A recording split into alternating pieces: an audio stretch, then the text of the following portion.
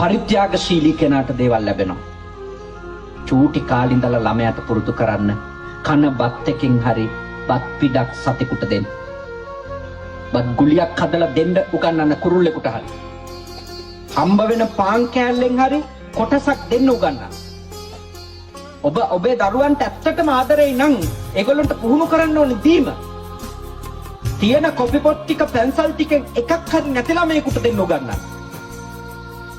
දෙන ළමයා දෙන්න සෝදපු අත්‍යති ළමයා දැක්කම ප්‍රශංසා කරා. එයා අගය කරා. දෙන්න පුහුණු කරා. ඔබේ දරුවෝ සංසාරේ කවදාවත් අඩුවක් නැතුව ජීවත් වෙයි. ඔය දෙන්න හදනකොටම නැති වෙයි අපිට මදි වෙයි අඩු වෙයි. ඔහොම හිතලා බය වෙනව නේද? ඒගොල්ලන්ට ඉතින් අඩුම තමයි. එක්කව කරගෙන ගොඩ ගහගෙන ඉඳිද්දි දාන්නෙම නැහැ ගම් වතුරක් හරි ඇවිල්ලා උස්සන් යනවා. මොකක්වත් ඉතුරු වෙන්නේ නැහැ.